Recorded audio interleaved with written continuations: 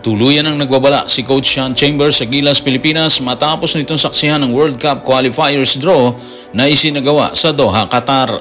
Ipinaalam din niya na maraming bansa nagpahayag ng kagustuhang makalaban ng Gilas, Pilipinas, bunga na ipinakikitang suporta ng mga Pilipino at ang ilang netizen hinihikayat ang pamunuan ng Gilas, Pilipinas na palitan ang ilang players nito. Tutukan po natin ang lahat ng yan. Pero bago yan mga ka-playoffs, ibibigay po natin ang isang Nike shoes na to sa maswerteng subscriber po natin. Paano sumali? Siguro i-follow nyo lang po at i-like ang post ko sa TikTok account na to.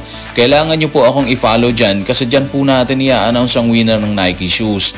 Ayan po siya at ilalagay din po natin ang link sa comment section. Simula po ngayon, i-announce po natin ang winner sa June 16. Kita-kits po tayo dyan. Matapos saksihan ng FIBA World Cup Qualifiers draw na ginanap sa Doha, Qatar, nagsalita na si Gilas Assistant Coach Sean Chambers. Sa kanyang pahayag, tila nagbigay ito ng babala sa pambansang kupunan para sa minimiting pag-akyat sa World Cup.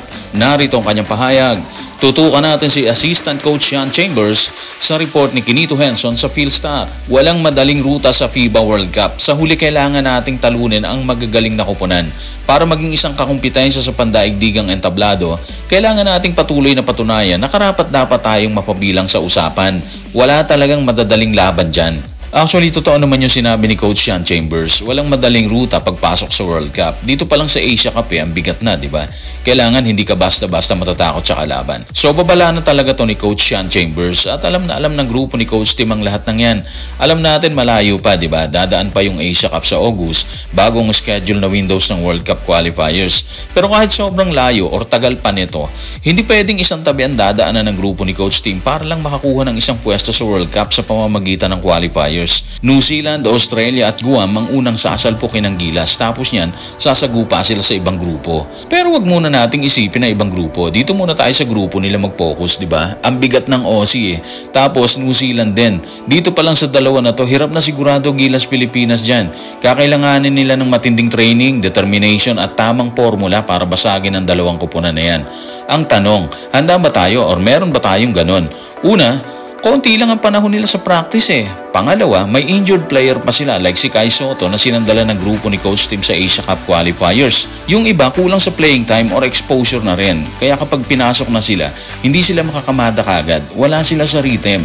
Ilan lang yan sa problemang kakaharapin ng Gilas sa sandaling sumabak na sila sa bakbakan, Asia Cup man yan or sa World Cup. Kung tila nagbabala si Coach Sean sa unang pahayag, ikinuwento naman ito kung gaano humanga or tila nabighani ang ibang bansa sa ipinakitang suporta ng mga Pilipino sa nasabing larangan.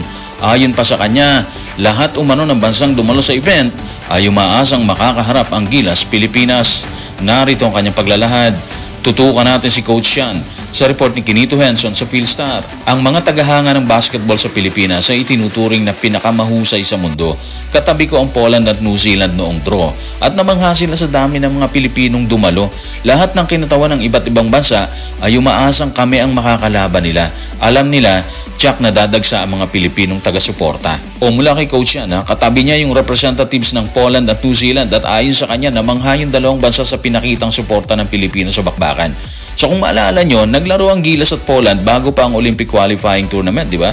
Tapos ang New Zealand at Gilas sa Asia Cup qualifiers. Nung qualifiers, ang daming dumalong Pinoy sa New Zealand, di ba? Tingin ng ibang taga-NC or taga-New Zealand, parang nasa Pilipinas sila nun eh. Kasi ang daming Pinoy. Tapos sila din ang sumisigaw ng depensa kapag nasa opensiba ang New Zealand. Ganon katindi ang Pilipinas sa larangan ng basketball. Ganon natin kamahal ang basketball, di ba? Medyo malas lang siguro kasi nga wala pa rin tayong NBA player na purong Pinoy. Of course, andyan si Clarkson at iba pa. Pero hindi sila purong-puro talaga eh.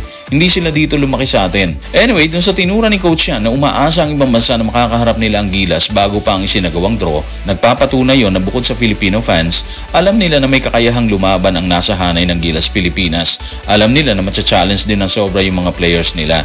Kaya siguro, silbing hamon na rin to sa mga player na kasama sa hanay sa oras na makipagbasagan na sila hindi lang sa World Cup qualifiers, kundi maging sa Asia Cup na gaganapin ngayong Agosto. Walang dudang may magandang reputasyon ng Gilas kasama ang mga tagahanga nga nito base sa kwento ni Coach Sean Chambers. Subalit ang mainit na diskusyon ng netizen, pinakamahina umano ang Gilas sa bracket kung walang Kai Sotto, lalo na umano kung walang papalitang players dito.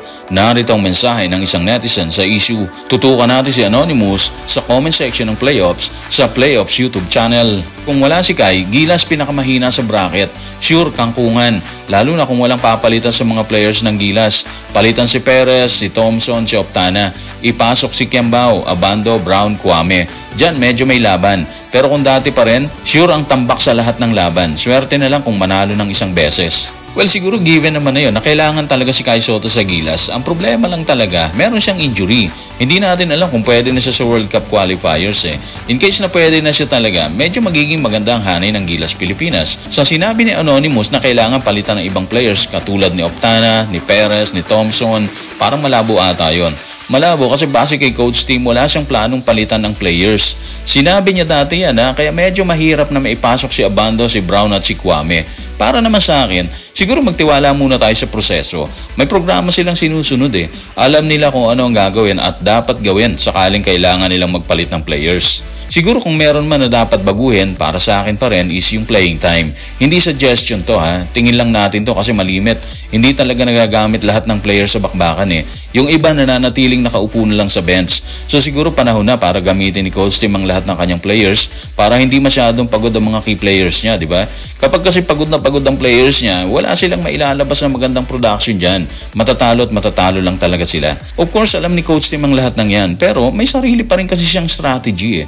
At sa ayaw at sa gusto natin siguro, siya ang masusunod sa lahat. So guys, maraming salamat.